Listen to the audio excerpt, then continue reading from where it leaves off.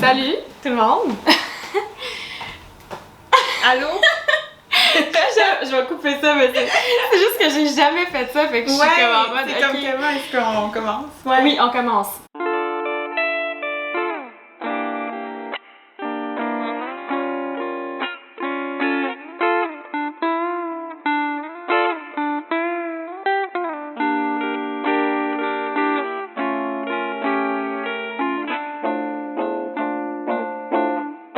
Aujourd'hui, je suis avec Lorena Finellus qui va nous parler de son travail en tant qu'artiste visuelle et animatrice dans les écoles, dans les camps de jour. En ce moment, tu as 2 expositions ou 2 endroits dans la région où on peut voir ton travail. Donc, à l'École d'art d'Ottawa jusqu'au 8 octobre. Ça a changé, juste parce que ça peut être mélangeant. Il y a du monde ça le dit 10 octobre sur le pamphlet, mais c'est le 8 octobre. Ouais, le 8 octobre. Puis on peut aussi voir ton travail en collaboration avec Sarah Meka. C'est une murale à la Galerie d'art d'Ottawa. Et ça va être jusqu'en janvier 2022, de ce que tu m'as dit. Ouais. Voilà. Donc ça, c'est les 2 endroits où on peut voir le travail de Lorena en ce moment. On va y revenir, on va embarquer tout dans ces détails-là tout à l'heure, mais je me suis dit qu'on pouvait commencer par piger les tarots. Lorena et moi, on adore les trucs spirituels. Ouais. On est 2 gémeaux en plus. Oh mon Dieu, Julie, c'était aussi une gémeaux. Oh mon Dieu. Ouais. Là, tu vas devoir aussi me guider un petit peu là-dedans parce que, comme j'ai dit, j'ai jamais tiré des cartes, donc Ben écoute, c'est très simple. Dans le fond, c'est une. On va pas faire un full spread, ça va être une card of the day. Ah, j'aime ça. Fait que dans le fond, ce que je sais des tarots, c'est qu'il faut pas que tu aies les jambes croisées quand tu le fais. Donc je vais décroiser mes jambes. Ok. Puis, est-ce que tu es droitière ou gauchère? Droitière. Donc tu vas mélanger avec ta main droite. Ouais. Voilà. Parfait. Puis là, dans le fond, dès qu'il y a une carte qui te parle, tu fais juste la déposer sur la table. Ok.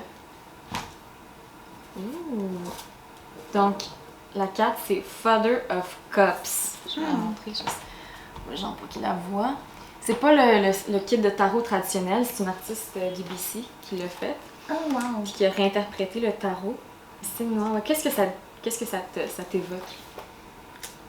Pour moi, comme je sais pas, je vois le signe, je vois un genre de beauté, je vois de la fébrilité dans ça. Peut-être que il va y avoir des beaux moments émotionnels. Je sais pas. Il y a le cup. Ok. Ouais. Ben, on va voir si la description te parle. Donc, diplomatie, open-minded. Ok. Je pense que ça va être bon pour nous, ça. Ouais. Donc, the Father of Cups has a truly unique and dynamic personality. He is the most feminine of all the fathers within the tarot and usually a patron of the arts. He's a dignified man who supports his family and community. The only thing holding this man back are his deeply rooted insecurities. They are vast and affect his personality in many unpredictable ways. Wow. C'est moi là. En ce moment? Ben juste comme, je pense que j'ai beaucoup d'insécurité en tant que personne. Mais aussi, comme il dit, très enraciné en même temps. Donc, je connais mes insécurités, mais aussi je suis quelqu'un qui les assume d'une certaine façon. Donc, peut-être aussi une fébrilité à faire une entrevue en tant que telle. Yes. Se mettre à jour comme ça. Donc, ouais. Un peu où ce que je me sens mentalement. Écoute, moi aussi, c'est ma première fois que je fais ça. Donc, on est 2 à se lancer là-dedans. Ouais. On va voir ce que ça donne. Dans la vie, il faut essayer, tu sais. Il faut oser. Mais écoute, moi, je suis vraiment contente d'être avec toi aujourd'hui. Je sais que ça fait un bout qu'on s'en était parlé. Je sais qu'avant, moi et Lorena, on travaillait ensemble à l'école. À la GAO, à la Galerie d'art d'Ottawa. Je mélange tout le temps les 2. Si je le mélange, dis-le moi. Moi aussi, quand je dis, là, ça, GAO, ça. En tout cas. C'est comme hors Ottawa, comme partout. Ouais. C'est mélangeant. Mais on avait eu brièvement le temps de se parler un peu de féminisme et de la place de la femme. Toi, c'était surtout en Haïti. Moi, je te parlais de la femme en Ontario français. Puis on a comme trouvé juste une petite flamme qu'on était comme, faudrait qu'on aille s'en parler. Finalement, on a comme une vidéo pour filmer notre discussion là-dessus. Fait que je pense que ça va être super. J'ai vraiment hâte de voir où ça va aller. Et là, tu viens tout juste de quitter ton emploi à la Galerie d'art d'Ottawa, justement, parce que tu travaillais comme visitor experience. Comment tu dis ça en français? J'imagine. Expérience à la visite. Ouais, expérience à la visite. En tout cas. J'avais l'air. Tu travailles à la Galerie d'art d'Ottawa, mais là, tu viens tout juste de quitter, je pense que c'était quand? C'était quand ton dernier chiffre? Mon dernier chiffre, c'était... Techniquement, c'est comme samedi, mais comme en semaine, c'était hier. Ton nouvel emploi, ça va être à Toronto. Ouais. Ben, le bureau est à Toronto, mais en fait, je peux travailler partout. OK. Ouais, donc ils m'ont engagée pensant que j'étais encore à Ottawa, mais c'est juste que ça arrive que je vais déménager en même temps, donc je vais pouvoir aller au travail si je veux. Fait que toi, t'as beaucoup de changements. Là, ça, c'est le collectif des commissaires autochtones à Toronto. Là, comme tu dis, tu vas pouvoir travailler ici là, mais est-ce que tu vas déménager à Toronto ou tu vas rester à Ottawa? Donc, en ce moment, c'est un peu, j'ai un peu cet art nomadique que j'essaie d'adopter parce que j'ai toujours resté à Ottawa la plupart de ma vie. Ouais. Comme j'ai fait genre 12 ans à Gatineau, puis ensuite j'ai déménagé ici quand j'avais comme 13 ans, quelque chose comme ça. Puis j'ai comme juste passé tout le restant de ma vie ici, sans vraiment aller nulle part d'autre. Same. Puis même dans la bulle du Canada, j'ai jamais vraiment voyagé hors d'Ottawa comme ça. Donc, je me disais, tu sais, j'ai 23 ans, c'est le temps. Yeah, c'est le temps. Donc, voir des nouvelles choses. Ouais, voir des nouvelles choses, me sentir inspirée par d'autres choses. Puis surtout en tant qu'artiste, je pense que comme si on reste trop dans une petite bulle, ben ça commence à revenir les mêmes idées. Ouais, je te comprends tellement. C'est comme on a juste les mêmes référents, les mêmes personnes. C'est ça, exactement. Encore plus Ottawa qui, je pense, c'est petit, c'est beau, c'est confortable, j'aime ça, je me vois revenir. Comme honnêtement, je veux juste passer ma folie de comme, tu sais, passer par Toronto puis Montréal, puis ensuite revenir. Pour revenir à ton exposition à l'École d'art d'Ottawa, parce que là, moi, je l'ai vu, ça fait quand même, comme je pense, ça va faire 2 semaines, je l'ai vu. Comment ça s'est passé, comment ça se passe jusqu'à date, cette exposition-là? Je veux savoir un peu, là, comment ça se passe. Donc, on a eu l'ouverture officielle le 11 septembre, puis qu'est-ce qui était vraiment...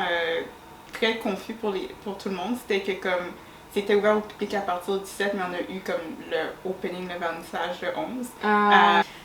C'est petit quand même comme lieu. Moi, ça m'a surpris quand je suis rentrée là, j'étais comme, c'est des œuvres impressionnantes, mais c'est comme toute bulle. Oui, c'est vraiment petit.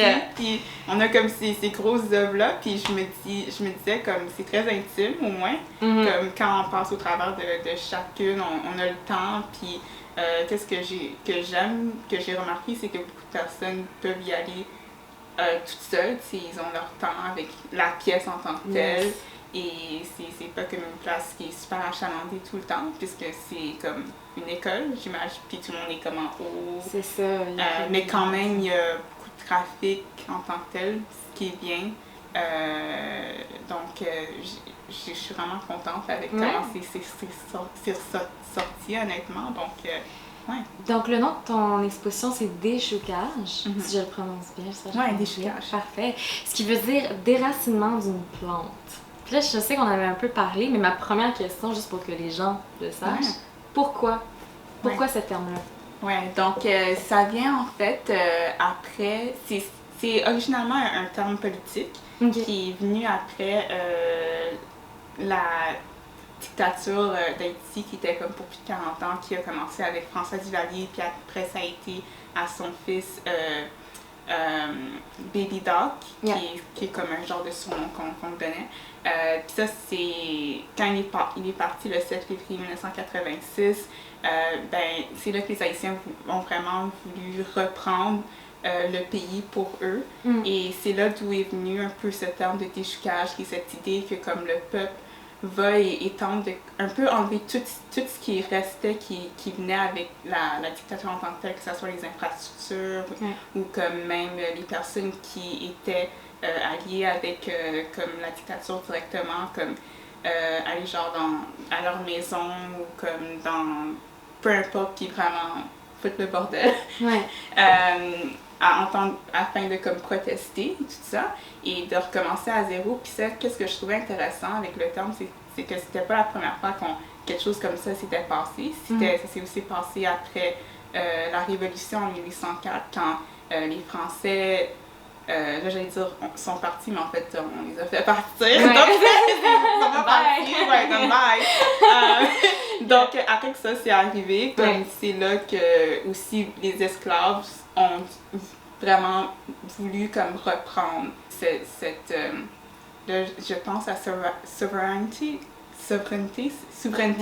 un peu de leur terre, de là où ils étaient. Puis c'est là où ils sont aussi, même si comme il y avait des champs de sucre, tous les champs de canne à sucre qui rapportaient une certaine économie à Haïti et tout ça, même à ça, comme ils ont tout enlevé ces choses-là, juste pour recommencer à zéro.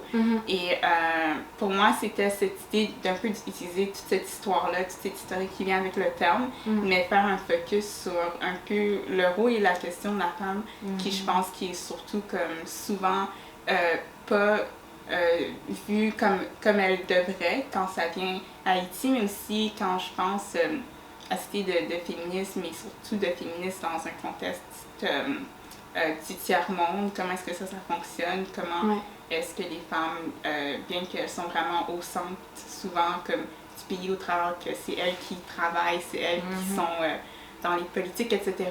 Puis, dans le fond, je sais qu'on avait parlé de radicalité ou le féminisme radical comme en Haïti, puis je voulais que tu t'élabores un petit peu, si tu pouvais en fait me définir ce que c'est la radicalité haïtienne féminine selon toi. Ouais.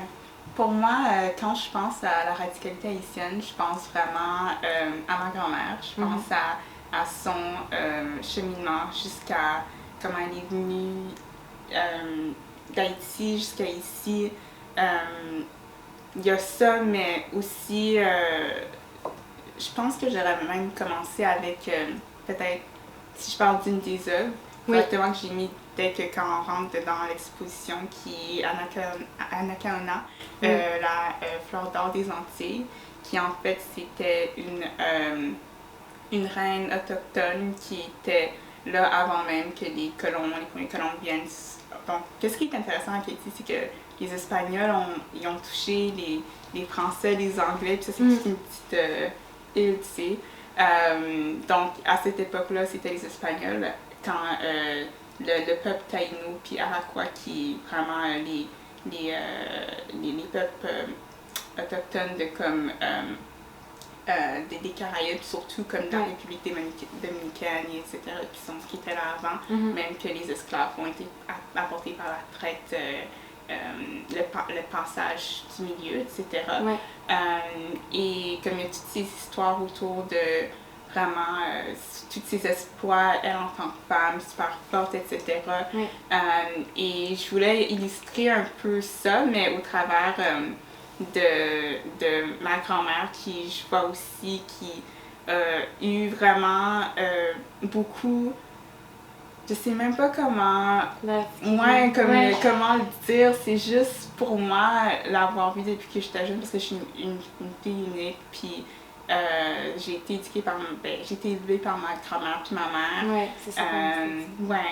Donc... Je suis moi aussi. On va s'en parler tantôt. Oh mon Dieu! Oh my God, ben oui! Donc, comme avoir vu ça, puis elle qui est venue d'Haïti, elle a jamais eu la chance de vraiment avoir une éducation ou même avoir aucune décision qu'elle pouvait prendre vraiment par elle-même jusqu'à temps que... Je pense que la première décision qu'elle a vraiment pu prendre, c'est venir au Canada puis faire en sorte que ses enfants soient capables d'avoir un futur qu'elle n'a jamais pu avoir en tant que telle. Puis pour moi, quand je pense à la radicalité, je pense à cette œuvre-là, mais aussi je pense à comme une conversation que j'ai eue avec elle où ce que elle m'a dit, je lui ai demandé, tu sais, quand tu étais jeune, est-ce que tu avais déjà eu un rêve? Est-ce que tu avais comme quelque chose en tête? Puis elle me dit, un rêve, tu as besoin d'avoir une éducation pour avoir un rêve, pour même penser à avoir un rêve. C'est intéressant ça, pour savoir, que ça existe, que c'est quelque chose que tu peux avoir et atteindre. Et, pour moi, je pense que comme même sans le savoir, tu sais, elle avait ce drive, mais je sais pas comment tu dirais ça, mais comme ce drive en elle qui comme l'a amené à venir ici, qui l'a amené à venir dans un pays où elle est même pas, elle a été illettrée pour la plupart de sa vie aussi, où elle parlait pas français ou rien, ou l'anglais, puis juste être là pour ses enfants, puis ça, c'est vraiment une radicalité que moi, je me trouve super fragile dans la vie.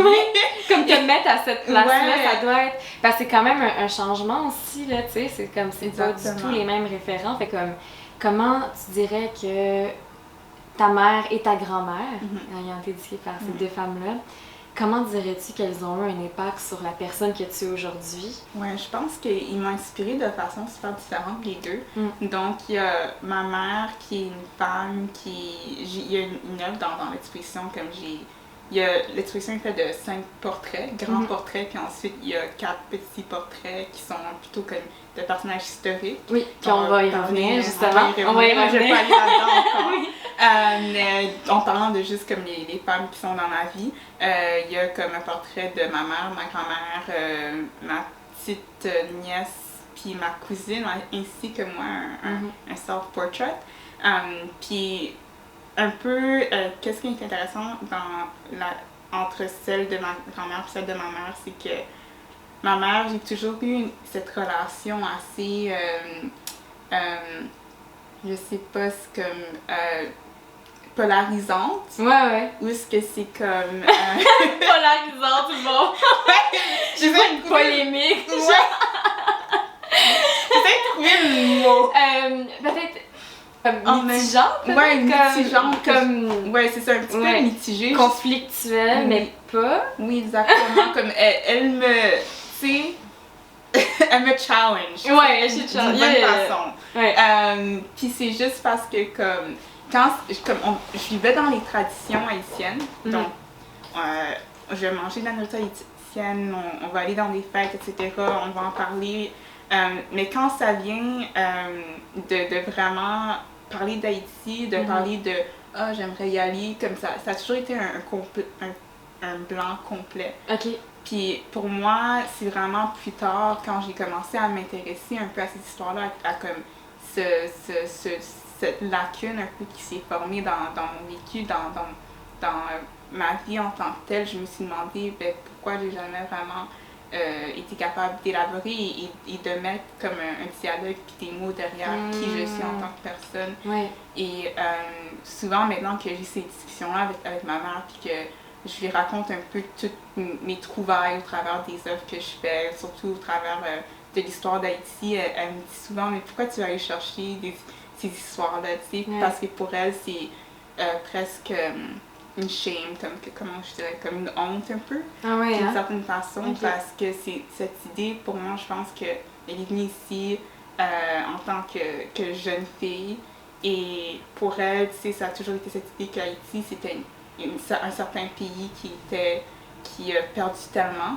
et comme venir au Canada, c'est ce pays super de l'amour, etc. Et juste comme devoir oublier complètement un peu cette partie, comme le rendre un petit peu plus, je sais pas. Non, mais c'est intéressant tout ça, parce que je sais que j'avais aussi lu une entrevue où tu parlais de ça, de comment souvent tu as l'impression que la façon que l'Haïti est représentée, ça c'est associé à quelque chose de péjoratif pour des raisons politiques. Puis toi, dans ton travail, tu essaies de montrer cette beauté-là. Je sais que j'avais lu, je sais pas si c'était avec Noziman que tu avais dit ça, puis j'étais comme, ma question pour toi, c'est comment tu trouves cette beauté-là dans tes œuvres, puis comment tu représentes la beauté d'Haïti dans tes œuvres? Qu'est-ce qui est beau? C'est ça ma question. Oui, mais je trouve que comme Haïti, c'est vraiment dans son âme, dans sa culture, que comme la beauté se retrouve dans son peuple. Parce que si ce serait pas pour le peuple, puis la musique et tous les autres aspects de juste qui nous sommes en tant que tel dans notre culture, je pense pas qu'Haïti serait capable d'être debout comme nous le sommes toujours, puis comme notre... un peu le pays, comme on dit, l'union fait la force, puis c'est un peu ça aussi. Je pense que c'est comment est-ce qu'on est là pour l'un l'autre et on continue à créer comme plusieurs, je pense que imaginaires au travers de notre façon de créer tout ça. Comme même j'adore regarder à des œuvres par des peintres haïtiens qui un peu comme leur perspective du monde qui est complètement différente que comme moi qui a un peu eu toute cette cet enseignement comme très eurocentrique au travers de l'université, etc., est un peu retourné, puis démanteler beaucoup de ces idées-là, puis de ces idées de qu'est-ce que l'art est, et le voir d'une perspective qui est beaucoup plus familière pour moi, je pense, sans même le savoir que c'est familier. Mais ça a l'air instinctuel. Oui, c'est ça. Comme tu parles aussi de ton travail, c'est pas... Je ne sais plus si tu disais aussi dans l'entrevue que t'es pas... comme tu laisses beaucoup suivre par tes instincts, que ce soit dans les couleurs que tu mets dans tes œuvres. T'es quelqu'un qui crée beaucoup à partir de juste l'instinct. Puis t'as l'air de me dire que ça, c'est même pas... Sans y réfléchir, ça, tu fais ta recherche, tout ça, mais ça vient de juste toi, puis t'as besoin de... L'intuition, je pense. L'intuition, tu sais. Ouais, je pense que c'est quelque chose qu'on oublie souvent dans les arts, surtout comme dans l'académie, après qu'on passe au travers de l'université. C'est toujours, il faut avoir un début, une conclusion, un développement, une fin. Et j'ai l'impression qu'on perd un peu le travail en tant que tel, on perd un peu l'originalité, on perd un peu comme la spiritualité qui vient avec le processus de créer aussi. C'est vrai que c'est très spirituel comme processus. Ouais, puis j'aime ça, penser que je prends du temps avec chacune des œuvres et chacune des œuvres a ses propres besoins et comme réaliser ça, c'est ça qui crée l'œuvre en tant que telle. Puis, donc c'est pour ça que j'aime pas rendre ça trop complexe quand ça n'a pas besoin. Ouais, mais c'est ça qui est intéressant, c'est qu'à la fois tu parles d'une approche instinctuelle dans ton travail, puis spirituelle même, mais tu t'es quand même beaucoup dans la représentation quand même, tu sais. On voit le portrait de 4 femmes en particulier, j'ai les noms devant moi ici, là. Donc il y a Marie-Louise Coy-David, Sanité Belair, Anna Kaona et Cécile Fatiman. 4 politiciennes, on t'a parlé tout à l'heure, ou activistes, pardon, c'est des activistes. Puis je veux que tu me parles un peu de pourquoi ces femmes-là sont présentes dans ton exposition, et si tu peux me parler de chacune d'entre elles. Ouais. Donc, un peu le processus, qu'est-ce qui a été bien avec les Choucaches, c'est que ça a été un peu rallongé à cause que l'exposition a été repoussée, puis comme je pense aussi 2 fois à cause des 2 lockdowns. Au début, je pensais, tu sais. Mais le plus que ça a été repoussé, le plus que certaines décisions ont été ajoutées aussi. Puis ça, la décision d'ajouter ces femmes historiques, ça a été plus récente, mais je pense que ça a vraiment bouclé le tout et j'ai été capable de un peu démontrer l'expansion un peu de l'identité puis de la question de la femme en Haïti, donc en représentant ces femmes historiques, les femmes dans ma vie, mais aussi il y a beaucoup de narratifs de littérature qui sont aussi inclus au travers de ma lecture comme de femmes haïtiennes telles que Edwidge Danticat, Breath Eyes Memory et Evelyne Trouillot, son livre Rosalie l'infâme. Et c'est de là où vient beaucoup des titres aussi. C'est pour ça que je me souviens pas de tous les noms, parce qu'ils sont longs. Mais ils sont vraiment comme un peu cette idée d'intuition encore, où comme je lisais quelque chose, puis je me disais, ça c'est le titre pour telle œuvre. Puis c'est un peu comme ça que ça a été choisi. Mais quand ça vient à ces femmes-là historiques, vraiment, ils ont chacune, pourquoi je les ai choisies spécifiquement, je pense que comme elles avaient un peu un lien avec les femmes dans l'exposition en tant que telle, comme ma mère, ma grand-mère, mais aussi comme ils sont très clés dans l'histoire d'Haïti en tant que telle. Donc Anna Kaona qui est comme la reine autochtone avant que les esclaves sont venus, etc. Ensuite, on a Cécile Fatiman qui est en fait une Mambo qui est une prêtresse de vaudou. Et le vaudou qui est vraiment vu un peu comme ce genre de choses très vilifiées un peu par les États-Unis, par le monde d'Hollywood surtout. Après que les États-Unis sont venus et ont pris Takeover Haïti comme dans les années comme 1910-1912. Mais même avant ça, Haïti était aussi vu de façon qui était vilifiée juste simplement parce qu'en étant la première république noire un peu dans les Amériques, il y avait beaucoup de pays autour comme tels que la France, les États-Unis, le Canada, etc. qui ne voulaient pas que ça donne exemple un peu à d'autres personnes de la diaspora noire qui vivaient comme sur leur territoire, par exemple aux États-Unis, qui eux, il y avait les civil rights qui se passaient, le mouvement des droits civiques, la ségrégation. Et comme, qu'est-ce qui est super intéressant, c'est que quand on pense à la renaissance de Harlem, il y a beaucoup de poètes qui est venu de ça, et beaucoup des poètes parlent un peu d'Haïti dans leur poétrie, puis ils parlent de comment est-ce qu'ils voient Haïti un peu comme ce rêve noir, comme The Black Dreams, qu'ils peuvent vraiment, ils voient comme un pays autodéterminé par les Noirs dans les années comme, tu sais, 50, peu importe. Libérés. Ouais, vraiment libérés, que eux ils voudraient comme... C'était à ce point où ils voulaient vraiment aller immigrer en Haïti.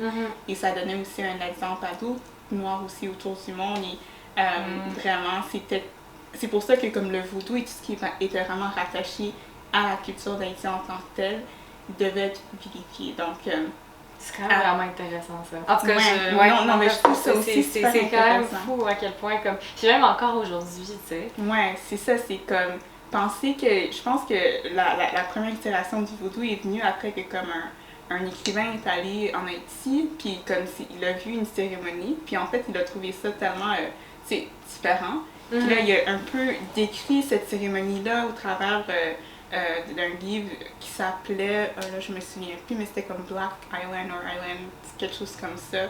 Et il a créé tout ce vraiment gore et bizarre et comme vraiment, je sais pas, genre d'écrit là-dessus. Puis c'est devenu un peu la première idée du zombie qui après été inspiré par Hollywood, puis a créé tous ces films.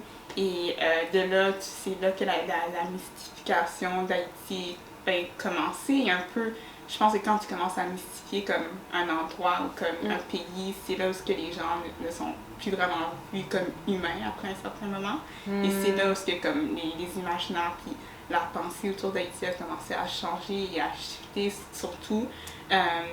Et même avant ça, tu sais, avec la colonialisation, quand nous, on a eu notre indépendance, les États-Unis, la France ne voulaient pas nous voir, ne voulaient pas vraiment accepter qu'on était indépendants parce que, encore, c'était cette idée que des nègres étaient capables d'avoir été capables d'avoir eu ce genre d'autodétermination puis souveraineté par eux-mêmes, ça faisait pas de sens. T'sais. Et pour revenir à ces femmes-là, parce que je pense que tu sais, j'ai une tangente. Ben non, mais vas-y, je pense même pas qu'on a parlé de tout le monde. Ouais, c'est ça, oh my god, Cécile.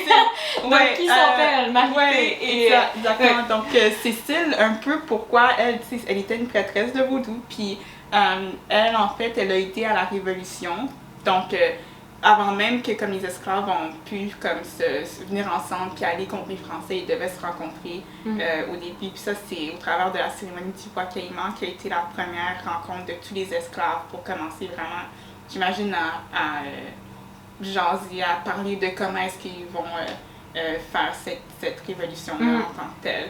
Et qu'est-ce qui est vraiment intéressant, c'est que ça a pris des années pour que Cécile a été capable d'aller de colonie à colonie autour d'Haïti, faire en sorte que tous les esclaves aient le mot de comme on organise un peu cette révolte, il faut que vous soyez là, etc. Et durant la cérémonie, ils ont comme coupé le cou d'un cochon, puis ils ont bu le sang de celui-ci afin de comme avoir comme la force pour un peu aller contre ces Français-là.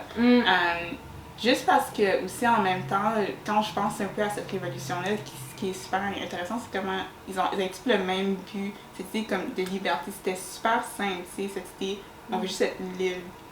Puis c'est un peu aussi pourquoi, comme je demande quand on rentre dans l'exposition, est-ce que vous libérez, qui est comme à terre, et ça veut dire, est-ce que vous êtes libre, est-ce que tu es libre en tant que tel, puis je demande ça juste un peu comme ce positionnement, peu importe de où est-ce qu'on vient en lisant ça, comme en pensant à ces femmes-là, en pensant à tout ce qu'elles ont fait pour qu'on soit ici jusqu'à maintenant, surtout la diaspora, vivant au Canada, vivant, je sais pas, partout d'autre. C'est quoi cette idée de liberté, puis comment est-ce qu'elle a changé depuis.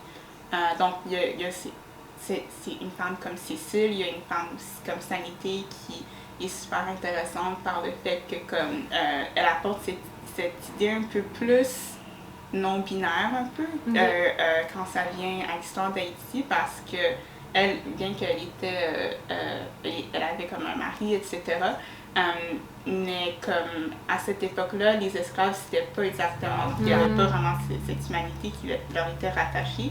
Donc les femmes aussi avaient comme elles étaient dans des grands rangs, elles étaient comme des lieutenants, etc.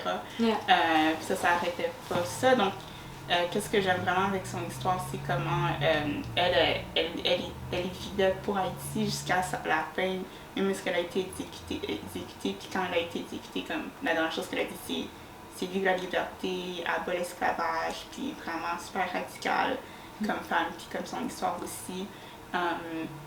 Puis ensuite, je pense qu'il y a Marie-Louise Coy-David qui, pour elle, c'était un peu la première reine après Anacaona, comme la reine un peu plus dans un système genre anglais, européen, type diplomatique, on va dire, d'Haïti, puis aussi la dernière reine. Donc, son mari, Henri Christophe, s'est suicidé parce qu'il y avait un peu cette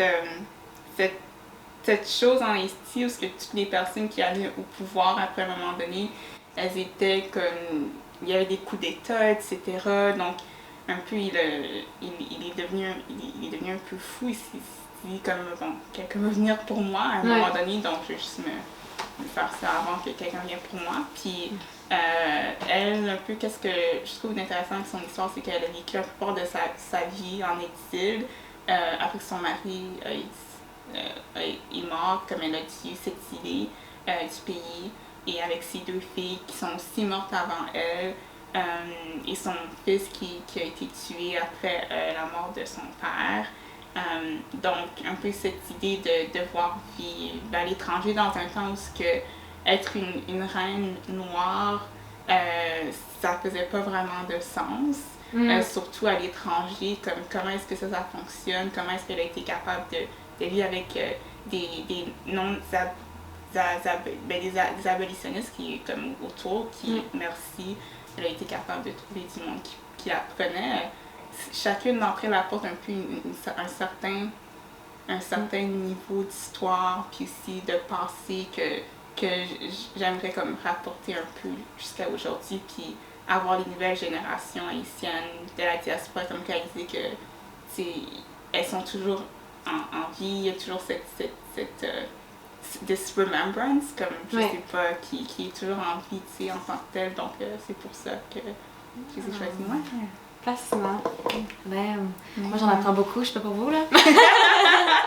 De ce que tu m'as dit, c'est qu'il y a eu quand même une présence féminine importante en Haïti. Pourquoi que dans le milieu des arts visuels, ça n'a pas été aussi flagrant, disons?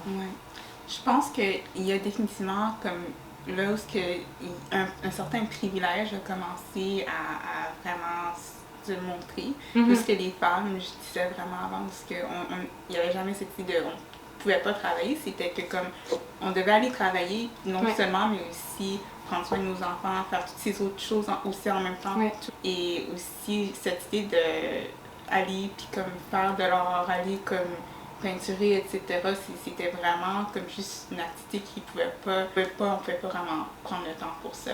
Surtout quand on pense à Haïti, parce que comme cette idée de loisirs, etc., c'est différent d'ici. Et comme professionnaliser un peu comme l'idée de peinture, comme il y a plusieurs artistes comme femmes de l'époque qui se voyaient pas comme des artistes, qui faisaient juste comme faire de la peinture, mais qui nécessairement n'allaient pas comme essayer de les vendre ou n'avaient pas exactement le réseau pour faire ça. Puis, comme les hommes pouvaient le faire parce qu'ils avaient seulement eux à s'inquiéter pour.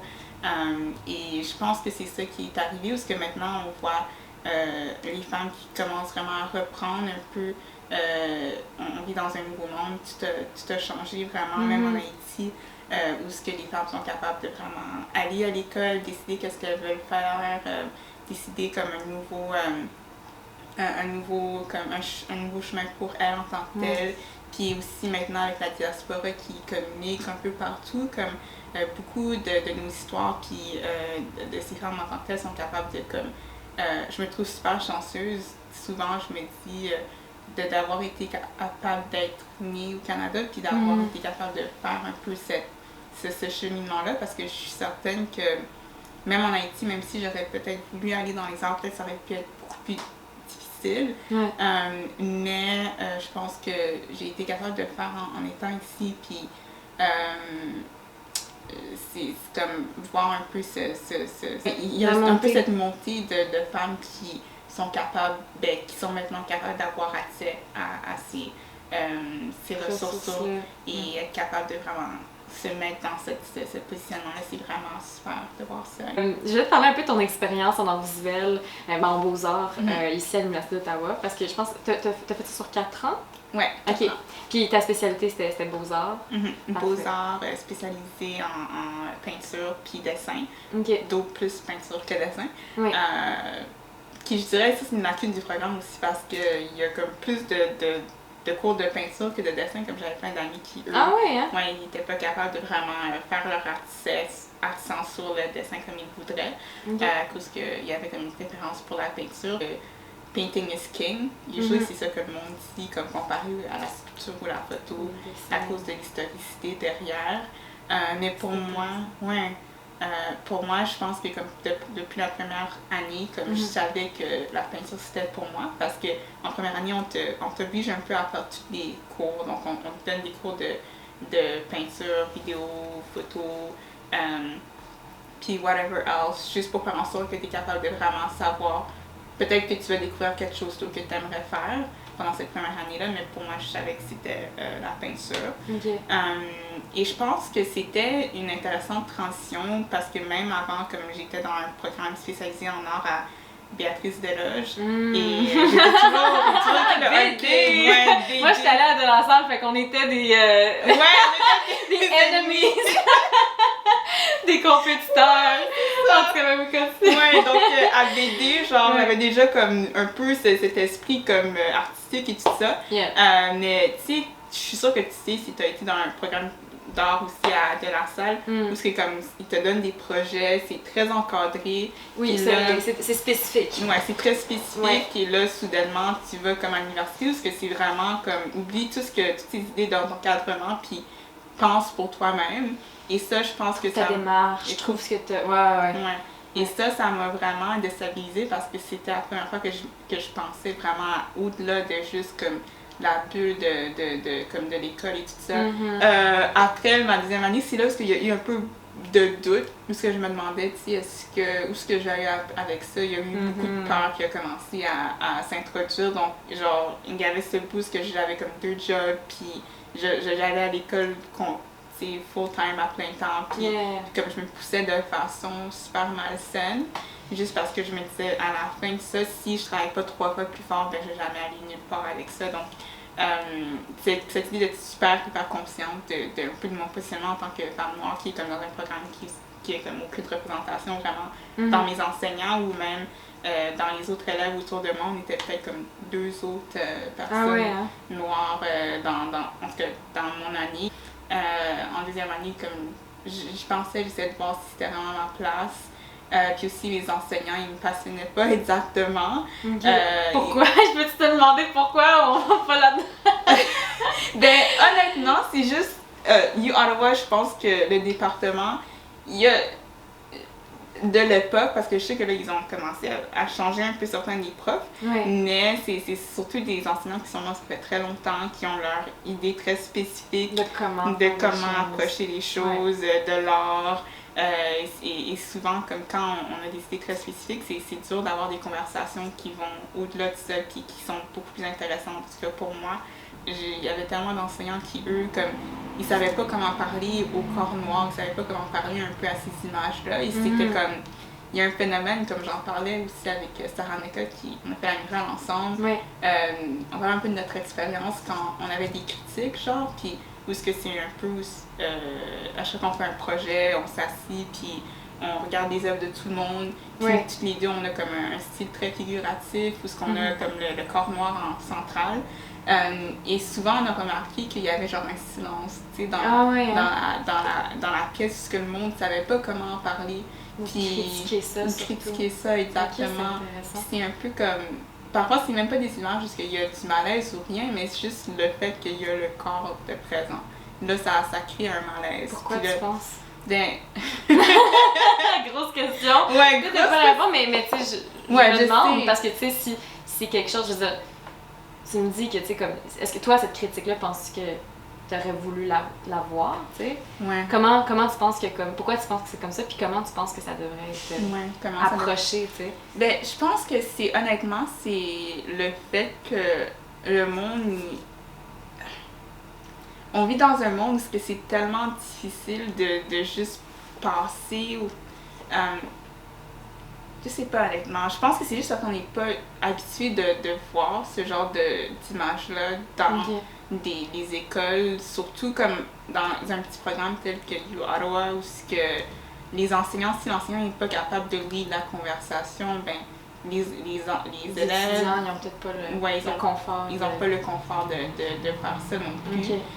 Martin était capable de faire ça, et c'est ça que j'appréciais, tu sais, il était toujours capable de pousser un peu le narratif, mais aussi parfois c'est cette idée que comme tu travailles dans le figuratif, autour de l'identité, l'identité noire, et souvent les gens vont mettre ça de côté, ils vont se dire ah, ça c'est quelque chose qu'on connaît, tu sais, on veut pas en parler, c'est pas ci, c'est pas ça. Ouais. Pour moi, je pense qu'il faudrait vraiment, il y a tellement de travail à faire dans l'institution, ça serait où commencer, je sais pas. Je sais pas, non, mais c'est ça, je te pose la question comme si tu savais, mais mettons toi, comme qu'est-ce que t'aurais, mettons dans ton parcours artistique, s'il y avait eu quelque chose, ou comme ton, pas parcours artistique, mais dans ton parcours à l'Université d'Ottawa, en art, s'il y avait quelque chose que tu sais qui t'aurait aidé ou encadré, ça aurait été quoi, tu sens? Ouais, ben je dirais une genre de forme de mentorat qui aurait été peut-être juste une collaboration de l'université avec une organisation, je sais pas, de couleurs autour, juste faire un peu ces relations-là, comme ça tes élèves qui sont un peu différents aux autres se sentent pas aussi comme disorientés, tu sais. Ouais. Surtout quand ils font des sujets tels que le sujet du corps noir, etc., ou d'autres choses comme ça, où c'est très dur de voir ça comme ici et d'envisionner où est-ce que ça pourrait aller après. Et je pense que c'est un peu créer ces liens-là que l'université, comme faire ce outreach pour leurs élèves, comme ça ils sont capables de mieux se positionner après leur graduation. Puis c'est vrai que j'ai des moments de repère que j'ai déjà établis, puis c'est pas quelque chose de complètement impossible. Et je pense que c'est la même chose au travers aussi du pays en tant que tel.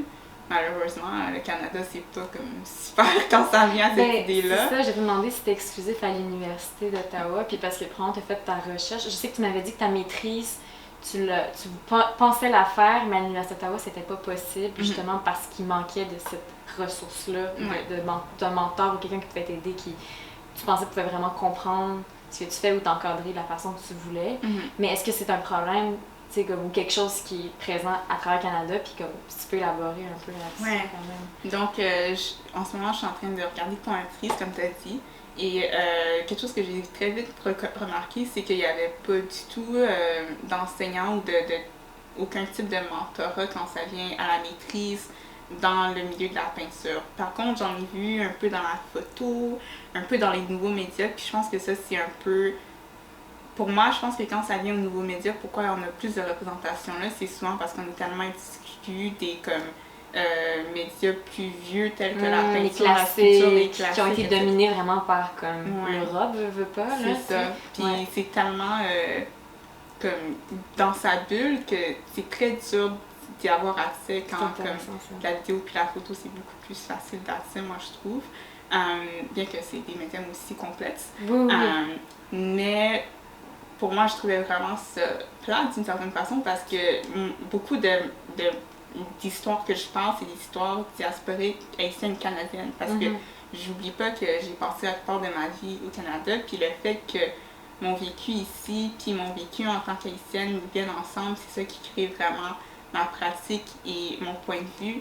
Et comme ça serait super idéal pour moi d'avoir comme un enseignant qui serait capable de venir de ce même point de vue, puis de m'écouter là-dedans, dans cette idée d'être noir au Canada, puis de créer de la peinture autour de ce thème-là aussi, pour être capable de faire un peu plus d'espace pour que ces narratifs sont capables d'être partagés à au niveau de l'éducation. Donc, j'aimerais vraiment retourner à Ottawa aussi plus tard. Je me dis ça serait bien comme d'enseigner à la fin, puis ça serait vraiment... Tu pourrais être cette personne-là que tu aurais voulu avoir. Oui. Ah non, mais écoute, c'est super intéressant tout ce que tu me dis, tu sais, puis... pas le département d'art visuel, on dirait que j'en entends pas souvent parler. Ouais, parce que comme fait, c'est un petit département, mais c'est quand même un département quand même important dans la région, tu sais. Et le plus vieux building sur le campus aussi qu'on a, donc... Je pense que le théâtre aussi, c'est un des plus vieux, justement. Puis, tu vois, je sais qu'au début, j'avais dit que j'allais rebondir sur l'histoire franco-ontarienne parce que je voulais essayer d'initier ça, mais on dirait que je vois pas où ça a sa place, mais tu sais, c'est que c'est pas du tout les mêmes enjeux, mais c'est pas comme si... puis ce que je me suis rendu compte, en fait, puis ça s'applique aussi sur plein d'autres enjeux, mais c'est à quel point l'identité ou la culture, mettons, en Ontario français, on dirait que ça a tellement été tout le temps un narratif, j'aime ton mot, t'arrêtes pas de dire narratif, puis j'adore ce mot, c'est comme la protection de la langue française et la quête identitaire, puis c'est comme si ça l'a éclipsé tous les sous-enjeux à même sa culture, tu sais. Que ce soit la place de la femme, que ce soit la diversité, que ce soit des situations comme... Tu sais, genre, il y a plein de sous-enjeux, on dirait, qui ont juste même pas été abordés. Parce que c'était comme tellement... C'est un petit milieu, c'est la protection de la langue, c'est la protection de l'identité, puis c'est comme si automatiquement, il y a comme une fermeture par rapport à autre chose, par peur de perdre cette identité-là, tu sais. Puis moi, ça, c'est quelque chose que j'ai remarqué, puis... le féminisme ou la place de la femme, mettons dans le théâtre, qui est le domaine dans lequel je fais, je sais pas en art visuel, là, mais dans le théâtre, ça n'a jamais eu...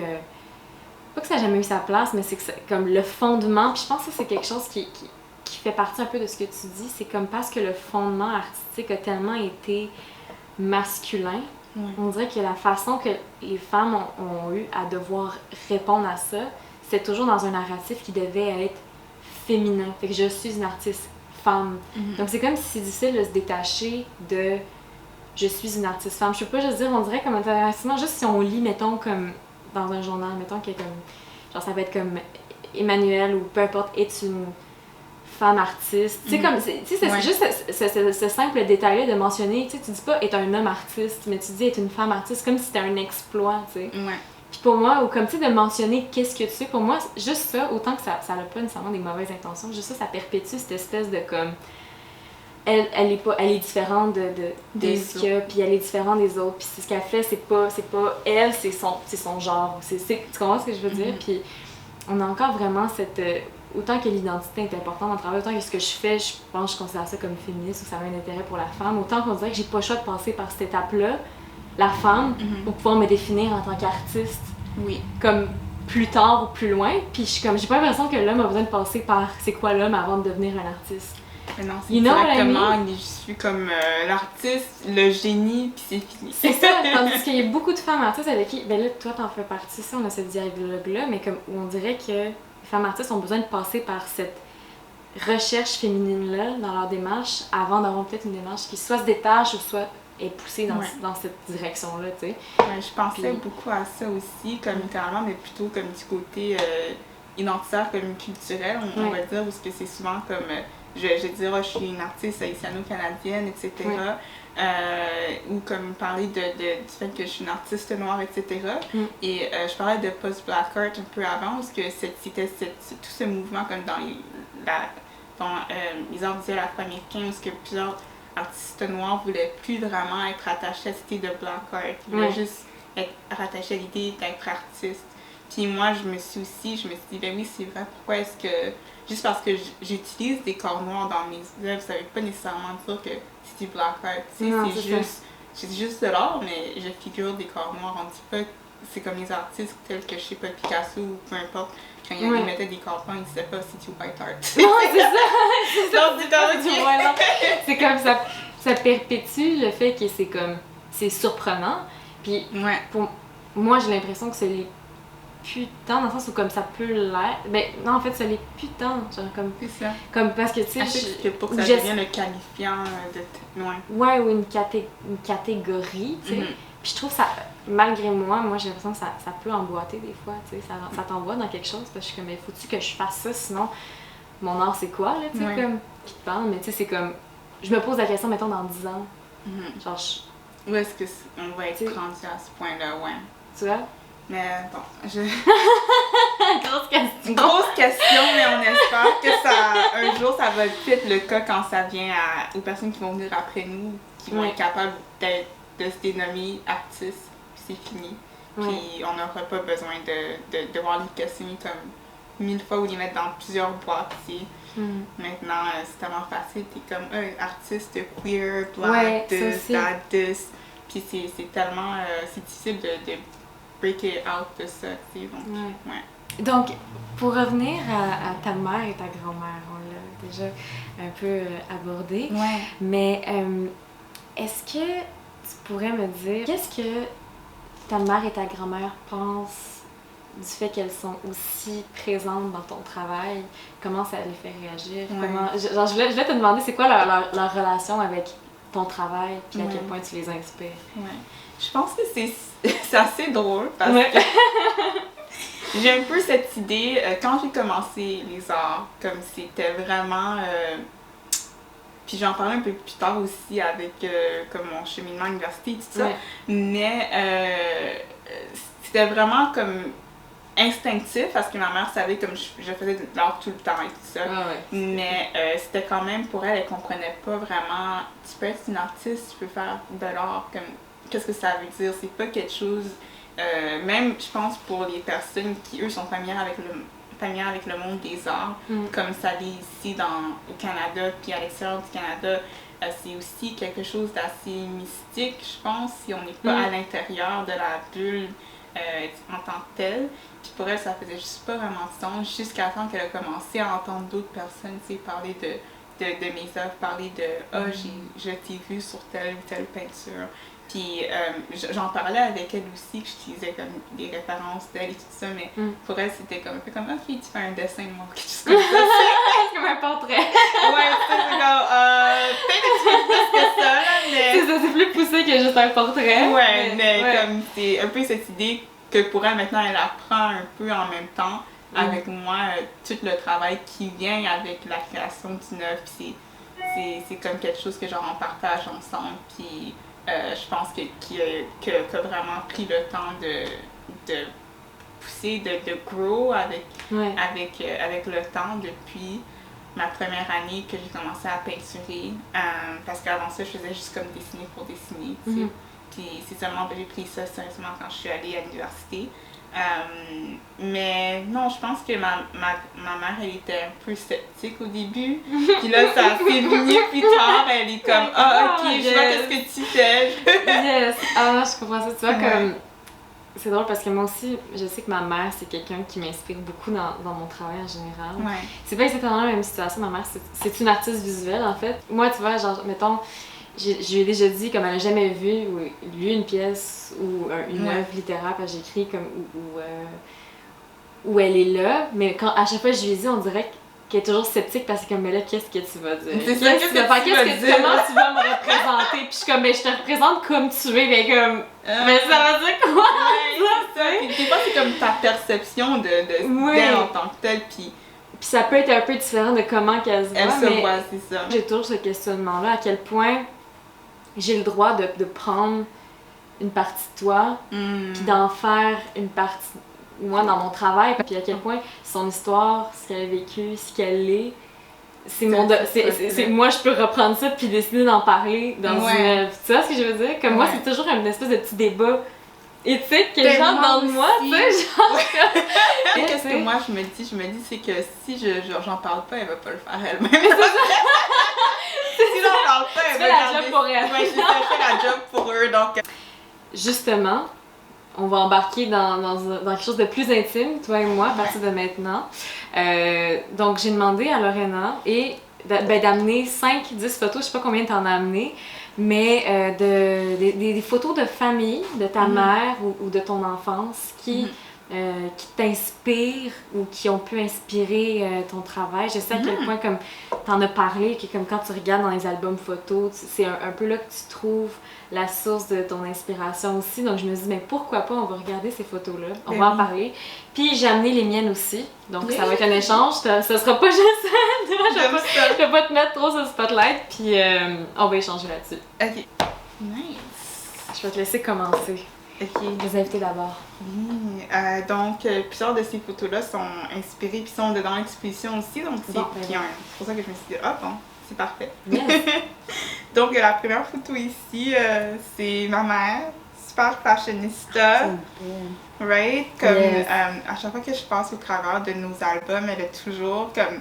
Pour moi, j'ai commencé l'université pensant que je voulais aller dans la mode après, bien que je suis allée dans le milieu des beaux-arts.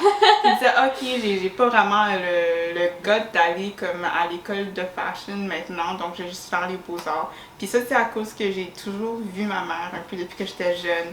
Son style, elle se présentait comme toujours magnifiquement partout où elle allait. Et ça a vraiment eu un gros impact sur moi. Donc, tu parles de chandail, c'est quoi? Ça a l'air de... Ça a l'air lourd quand même comme chandail. Oui, je pense que c'est comme juste... C'est pas des paillettes, c'est pas juste des paillettes ça là. Ouais. On dirait que c'est comme de l'argent ou comme... Je sais. Ça a l'air lourd. C'est vraiment quelque chose le comme... décor en arrière. Moi, je pense que c'est quand même... T'as-tu vu la table? Oh my god, je sais.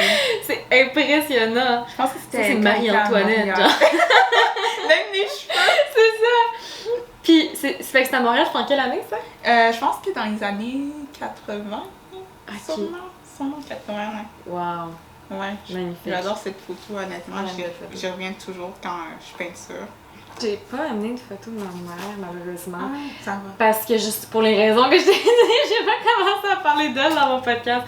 Mais la plupart de ces photos-là, c'est elle qui l'a pris. Ah, nice! Moi, j'ai décidé d'amener une photo que je trouve très drôle de moi quand j'étais très jeune. Il y a toute une histoire derrière cette photo-là. Oh my god, attends. Puis je te dirais que c'est ce moment-là que j'ai compris que j'allais faire de la performance un jour. Ou que ma mère, elle a compris que j'allais faire de la performance un jour parce que c'était pendant un récital de ma sœur qui faisait du chant avant. Puis j'arrêtais pas, j'étais arrivée déguisée en princesse, puis j'arrêtais pas de dire à ma mère que je voulais aller sur scène, puis je voulais aller sur scène. Puis non, c'est pas toi, c'est ta sœur. C'est ta sœur. Puis à la fin du récital, quand tout le monde a commencé à s'en aller, je suis juste partie à courir sur la scène, puis je me suis mis à chanter comme en criant devant tout le monde. Il y avait une foule de comme 75 personnes. Puis j'ai juste commencé à chanter comme une espèce de débile, puis je voulais que tout le monde me regarde avec une espèce de robe rose. Puis là, ma mère était comme, ok, ça y est, ça va être une fille qui va faire de la performance un jour. Oui. Puis comme à chaque fois que je voyais des danseurs dans la rue, j'allais danser avec eux, comme genre j'avais comme 5 ans, j'allais comme essayer de faire genre du hip-hop avec eux, mais j'étais pas bonne. Oh my god! Fait que ouais, j'ai toujours eu ce petit côté, j'aime ça qu'on me regarde. Extraverti. C'est ça. Oh non, j'adore ça, c'est super cute! Fait que ça, c'était ma photo. Littéralement comme l'opposé de moi, mais... Quand j'étais jeune, je voyais une performance, j'allais de l'autre côté. Ouais, c'est ça, c'est comme bye! Bye! Mais en parlant de performance, ça marche bien avec ça parce que je oh my god! Ok, je vais avoir une autre photo en réponse à ça. Ah ouais! Mais... Attends, mais c'est au centre culturel de Gatineau, ça? Comment tu sais ça? Ben... Oh my god! J'ai une photo, c'est exactement là de ballet. Est-ce que tu penses que tu une classe de ballet? Tu faisais du ballet? T'avais quel âge? 2 ans. Ben moi aussi, pendant 2 ans, j'en ai fait. Mais tu sais, t'avais quel âge là-dessus? Je pense que j'avais... on aurait peut-être pu être ensemble, on a presque le même âge. Je sais pas, j'avais... Mais j'étais dans ce spectacle-là, je m'en souviens, avec des tissus. Ouais! Je te jure, j'avais fait ça. Ben non. Mais non, c'était pas la Imagine qu'on était dans la même classe. Ça serait tellement bizarre. Ça, c'est toi? Ça, c'est toi? Oui, c'est moi. Je pense que c'est moi. Attends, non. Ça, c'est moi en arrière. Non, Je te jure que c'est moi en arrière. J'ai fait ce spectacle-là avec les tissus. Vraiment? On était dans le cours de ballet ensemble.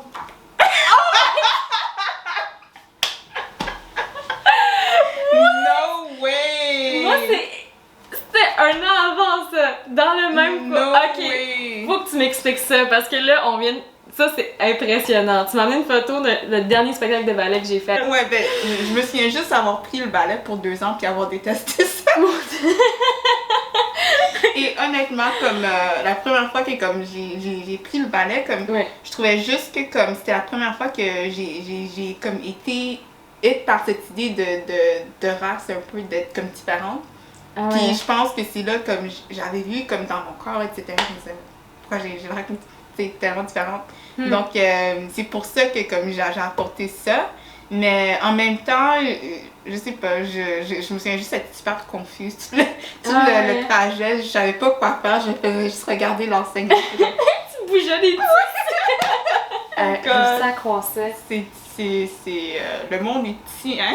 Ben, un petit peu donc. Ben, pour rebondir là-dessus, moi aussi j'ai amené une photo de quand je faisais du ballet. Wow, j'adore! Ça, c'était mon premier récital. Puis, ça montre encore mon côté un peu performatif, là. Puis. T'as l'air bien dramatique. Oh my god! Non, mais je comprends pas mes bras là-dessus, genre, mes underarms, genre. Mais j'ai toujours été double jointure, hein. Fait que, je suis capable de faire des affaires bizarres avec mes bras, mais je la trouve tellement drôle, cette photo-là. Puis, mais on dirait que c'est un côté de moi, tu vois, que je serais. Même si je me considère comme quelqu'un d'assez extraverti, c'est un côté de moi que je serais jamais capable de revoir ça. Parce que là-dedans, j'ai l'impression que je suis pas en train de penser à performer, je performe. Does that make sense? C'est comme si à cette époque-là, on dirait que je me voyais pas en train de danser, je faisais juste le faire, puis on dirait en grandissant, l'image. Je voudrais dire, mais c'est comme si maintenant, en temps que je joue, je me vois jouer. Quand je regarde des photos de moi en train de jouer, je suis comme ça se voit que je réfléchis qu'il y a un public. À cette époque-là, je réfléchissais pas qu'il y avait un public, tu sais. Nice. Bon, ben, on ferme le volet ballet. Ça y est, on a eu un cours de ballet ensemble. C'est ça. Là, j'ai pas d'autres affaires de performance, mais là, j'ai l'air assez extrovertie là-dedans, donc on parlait d'extrovertie. Ah, check-toi. Ah, cutie! Ma petite robe, ça, c'était, je pense que j'avais tourné comme 10 ans à Gatineau. Je me disais montrer ma dernière. Lorsque j'ai passé la plupart de ma vie, comme 12 ans, puis après j'ai déménagé ici. Je me souviens encore que j'ai l'air super contente ici, mais je me souviens avoir détesté. J'ai détesté comme ça dans cette époque. Mon Dieu, t'étais pessimiste à cet âge-là! C'est pour ça que t'es devenue artiste visuelle. C'est quand ils disent l'artiste tourmenté, hein? Mais oui, comme tourmenté pour des raisons que je sais même pas. Mais en tout cas, j'avais l'air bien contente là-dessus, mais... J'adore ce que tu portes. Merci. Comme le soleil, j'en Oui, c'est super cute. C'était ta fête? Oui, c'était ma fête, puis j'avais partagé avec ma cousine. Ça, par contre, j'avais aimé ça parce que le spotlight n'était pas sur moi, c'était sur nous deux. Donc, c'était séparé, puis j'aimais ça. Et là, faut que tu montes, t'en as une couple d'autres, je vais les voir. Ben, j'en ai comme seulement 2 autres, honnêtement. Ben j'en ai, ils sont tous les deux encore dans l'exposition. Il y a ces 4-là. 3 qui sont ma mère, mes 2 tantes. Qui sont les filles de ma grand-mère, donc ça tourne bien, là, tu sais. C'est très grand, le beau chapeau. Oui, le beau chapeau, tu dis ça, je pense. Le beau chapeau. Je sais, comme je pense le vêtement du dimanche, il y avait un temps qu'on allait à l'église chaque semaine, ça a arrêté. Mais ma grand-mère allait comme tout le temps avec nous, maintenant elle écoute ça sur Radio-Canada chaque dimanche. J'allais dire, elle a l'air d'un ange là-dessus. Il y a comme le soleil. J'adore comment le soleil tombe sur elle. Puis oui. Elle a vraiment comme en paix, mais en même temps comme forte, tu sais. Puis résiliente, je fais un certain point. Ça, c'était comme sa première maison qu'elle a achetée par elle-même. Et ça, c'est juste toute seule. Donc, à Gatineau, puis quand on a dû la vendre, puis aller à Orléans, ça a été difficile. Mais je trouvais que c'était bien d'avoir cette photo-là. Puis un peu, elle dans toute sa radiance. Et là, ma mère, puis mes tantes... quand elles étaient plus jeunes, puis c'était leurs premières années. Non, ici. Ça, c'est ta mère. Ouais. Quand elles étaient plus jeunes. Puis je pense que c'était la première année quand ils sont venus au Canada. Donc, J'aime le petit thumbs up. Ma tante est super coquine. Ta tante est coquine? Ouais, super drôle comme personne. Ça montre vraiment leur personnalité ici, genre. Ouais. Donc, ta mère est perçante, là. Regarde la caméra, regarde. Elle a comme les yeux, ouais. Écoute, merci beaucoup d'avoir pris le temps de parler avec moi aujourd'hui. Non, ça va! C'est tellement drôle. Parce qu'on avait un flow, puis la caméra elle a lâché. Fait que là, il faut que je me redonne l'élan du remerciement, puis je laisse en fake. Mais je suis vraiment reconnaissante que tu sois là avec moi aujourd'hui. Puis écoute, je te souhaite tout le meilleur pour la suite avec ta job au collectif. Je voulais te dire merci pour avoir pris le temps de parler avec moi, de discuter, d'avoir fait la recherche. C'était super d'avoir cette discussion émotions. Puis aussi, je pense que c'est la première fois que je fais... Je pense que oui, c'est la première entrevue que j'ai en français où je me sens vraiment à l'aise de parler et d'exprimer un peu comme toutes mes idées en tant que telle. Donc, j'ai vraiment apprécié ça. J'étais super contente aujourd'hui de le faire d'une façon confortable comme ça. Donc, peut-être qu'un jour, on va se revoir et on va faire du ballet ensemble. Oui. Si jamais... Parfait, bon ben, ciao! Ben,